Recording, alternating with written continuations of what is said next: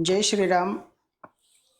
सकल हिंदू समाजाद्वारे आयोजित लातूरमधील हिंदू हिंदू महिला जागृती संमेलन हे आपण आयोजित केलेलं आहे.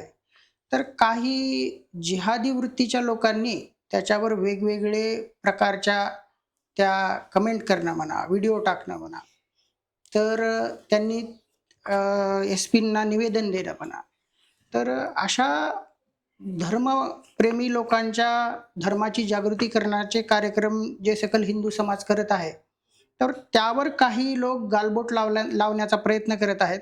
तर त्याबद्दलच आपण आता काही चर्चा करणार आहोत. तर आपल्यासोबत या विषयावर चर्चा करण्यासाठी ॲडव्होकेट गणेशजी गोमचाळे सर आहेत. तर त्यांच्यासोबत आपण त्यांना काही प्रश्न विचारणार आहोत की ह्या लोकांनी असे निवेदन का दिलेत आणि कशामुळं त्यांची ही मानसिकता का बिघडलेली आहे. गणेशजी, जर आपण काजल दीदी हिंदुस्थानी यांचा हा कार्यक्रम करत आहोत, तर या लोकांना काय त्रास आहे? त्रास विकृतीचा आहे. यांच्यामध्ये स्वतःची विकृती भरली आहे, त्यात काही विकृतीलाच त्याचा त्रास होतो. आपण कुणीही 100% मुस्लिमला दोषी धरत नाहीत किंवा त्यांना गुन्हेगार म्हणत नाहीत, ते चुकीचे म्हणत नाहीत. पण जे पोटदुखी कुणाची होते, निश्चित अशा लोकांची पोटदुखी होते की ज्यांना पाकिस्तान प्रिय आहे, ज्यांना भारतामध्ये द्वेष आहे, भारतीयाचा, हिंदू ह्या शब्दाचा राग आहे. अशा लोकांना त्रास होत असेल तर त्याचा जाहीर निषेध केला गेला पाहिजे. ज्यावेळेस आपल्या इथं आज काजल दीदी हिंदुस्थानी म्हणून ज्या लातूरला आल्या आणि त्यांनी आज महिला व स्त्री हिंदू जनजागृती करण्यासाठी त्यांनी कार्यक्रम घेणार आहेत. तो कार्यक्रम आज संध्याकाळी डॉक्टर बाबासाहेब आंबेडकर पार्क या ठिकाणी आहे आयोजित केला. त्याच्या विरोधात जाऊन त्यांनी एसपी ऑफिसला निवेदन दिलं की या म्हणजे आतंकवादी आहेत. जर काजल दीदी आतंकवादी असतील तर बंद घेऊन जे लोक मारतात ते कोण आहेत? त्यांच्याबद्दल ह्यांनी कधी निवेदन देत नाहीत. इराण इराकवर हल्ला झाला, त्याच्या समर्थनामध्ये रॅली काढतात. मग हे लोक कोण आहेत? मग हे आतंकवादीला सपोर्ट करणारे घरात बसलेले आतंकवादी आहेत जे बंदूक घेऊन येतात का? हिंदू धर्म जागृती जनजागृती करणाऱ्याला हे आतंकवादी भूमिका म्हणतात. मुळात त्यांच्या विकृतीचा मला चिड येते, किळसवाना प्रकार आहे. निश्चित निवेदन दिलं पाहिजे ज्यावेळेस हिंदुस्थानी दिदीने काही जर बोललं. आता काही मस्जिदीमध्ये समजा असं म्हणलं की त्याच्यामध्ये त्यांनी असं व्यक्त केलं की तिथं लव जिहाद चालतो, तर समजा माझं मत आहे काही ठिकाणी चलत असेल, काही ठिकाणी चलत नसेल, किंवा चालला गेला असेल त्याचा रेकॉर्ड काय आला असेल म्हणून कदाचित काजली तसं बोलले असतील. यांनी 100% सांगा की कुठेच काही चलत नाही. मग केरला स्टोरी सारखे जे पिक्चर येतात, केरला स्टोरी पार्ट 1 पार्ट 2 जे पाहिले जाते, दाखवले जाते, त्याबद्दल यांनी आक्षेपार काय बोलायचं, विचार करायचा, मांडायचं. ह्यांचे एक अँगल काय म्हणतो, भारतात राहायचंय तर आम्हाला हिंदू म्हणजे मुस्लिम दोषी दाखवण्यासाठी असेच काही लोक जबाबदार आहेत जे की हिंदू मुस्लिम भावना करतात. आम्ही आमचा धर्म चांगला आहे ना, आम्ही कुणाला पळवितो ना, आम्ही कुणासोबत बळजबरी लग्न करतो. ज्याची ही मानसिकता आहे त्याला राग येणारच ना. मग या विकृतीवर त्यांनी निवेदन दिलं का? हिंदुस्थानी दिदी लातूरला कार्यक्रम घेत आहेत म्हणून ते एसपी ऑफिसला निवेदन द्यायला गेले. त्यांनी लव जिहाद केलेल्या पोराच्या विरोधात कधी पोलीस स्टेशनला आले का? नाही. त्यांनी का जमा झाले पोलीस स्टेशनच्या बाहेर? ज्यावेळेस एखादी हिंदू मुली मुस्लिम समाजात एखाद्या विकृत पोराने पळविली, चांगला तर मुलगा पळवित नसेल, त्याच्यामुळे मी सगळे मुस्लिम वाईट आहेत असं म्हणत नाही. विकृत किंवा त्यांच्या समाजातल्या ज्या मुलांना लाथा घातल्या पाहिजे त्या मुलांना ऍक्शन, त्याच्या विरुद्ध ऍक्शन घेताना काय पुढे आलं नाही कधी. मी या निवेदनकर्त्याला निश्चित मान्यता दिलो असतो, समाज मान्यता.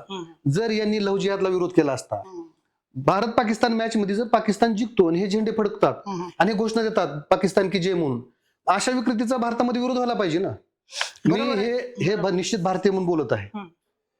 मला जर तुम्ही हिंदू म्हणत असाल मला त्याच काहीच गैर नाही. मी ओरिजिनल कट्टर हिंदू आहे. पण कट्टर हिंदू म्हणजे वाईट मुस्लिमांना ठेचणारच ना, का सरसकट सगळ्या मुस्लिमांना. मग हे दाखवतात गणेश गोमचाळे असं बोलले, त्यांचा मुस्लिमांना नाही. आम्ही ईदला आमच्या 25-50 मित्राकडे जातो, त्यांच्यामध्ये धर्मीय जातीय सलोखा आहे. पण जे जातीय सलोखा पाळत नाही त्यांना काय केलं पाहिजे, त्याच्याबद्दल तुमचं स्टेटमेंट द्या, त्याच्याबद्दल तुमचे निवेदन द्या. हिंदुस्थानी दिला मी त्यांचं काल ऐकलं, त्यांनी आतंकवादी म्हणले. आतंकवादीची डेफिनेशन काय, व्याख्या काय? जो भारतामध्ये भारताच्या विरोधात कृत्य करतो तो आतंकवादी. आणि दुसऱ्या समाज प्रबोधन करणाऱ्या दिदींबद्दल जर त्यांच्याबद्दल आतंकवादी हे स्टेटमेंट संबोधलं जातं, लव जिहादचा विरोध करणाऱ्या दीदीबद्दल जर त्यांना राग असेल, किळस असेल, निश्चित आम्ही काजल दीदीच्या समर्थनामध्ये ताकदीनिशी लातूरमध्ये उपस्थित राहू आणि तो कार्यक्रम निश्चितपणे चांगल्या पद्धतीने पार पाडू.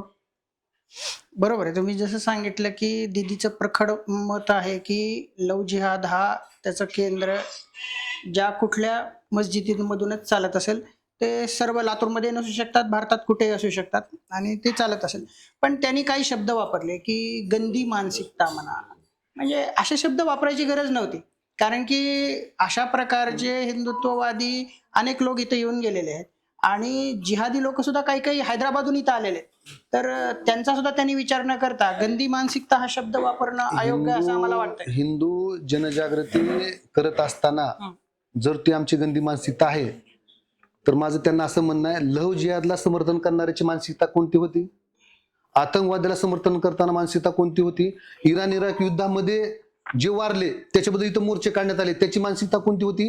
ही गंदी मानसिकता आहे का? भारतावर प्रेम, वंदे मातरम म्हणणाऱ्यांना जर तुम्हाला आवडत नाही, ती मानसिकता कोणती आहे? भारत माता की जय म्हणल्यानंतर तुम्हाला जे आवडत नाही ती मानसिकता कोणती आहे? मग मला चांगली मानसिकता आणि वाईट मानसिकतेतला फरक तुम्ही सांगावा. मी निश्चित म्हणतो, मुस्लिम धर्मियांचा आम्ही कुणाही दोष करत नाही, धर्माबद्दल आमचा राग नाही, त्याच्यातल्या विकृतीचा राग आहे. आणि ती विकृती जर पुढे येऊन जर आम्हाला विरोध करत असेल तर त्यालाही ठेचा आम्ही कमी करणार नाही. शेवटी आम्ही हिंदू तर हिंदूच आहेत. म्हणजे समाज किती विकृत होत चाललाय.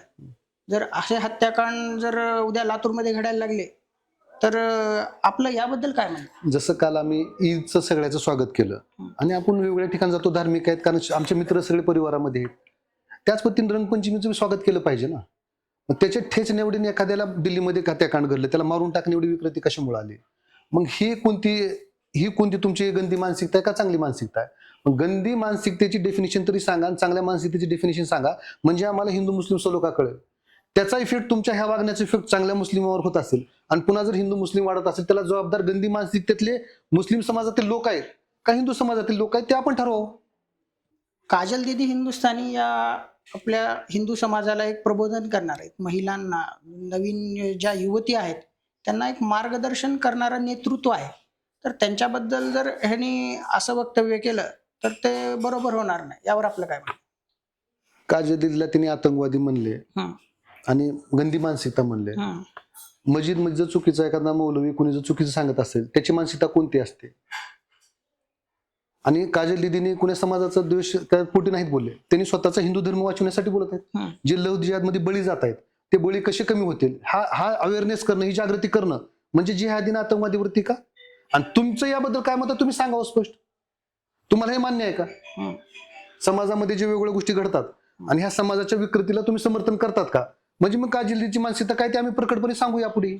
धन्यवाद गणेशजी. आपल्याला आत्ताच गणेशजींनी खूप छान प्रकारे सांगितलं की या लोकांनी कसा एक फेक नेरेटिव्ह तयार केला आणि त्या कार्यक्रमाबद्दल, त्या कार्यक्रमावर काहीतरी असे आक्षेप करून त्याच्यावर बंदी आणण्याचा तर त्यांनी प्रयत्न केला, पण तो त्यांचा प्रयत्न सक्सेसफुल होणार नाही आणि हा कार्यक्रम यशस्वीरित्या हिंदू समाज पार पाडेल हा आत्ताच त्यांनी एक ठामपणे सांगितलं आहे.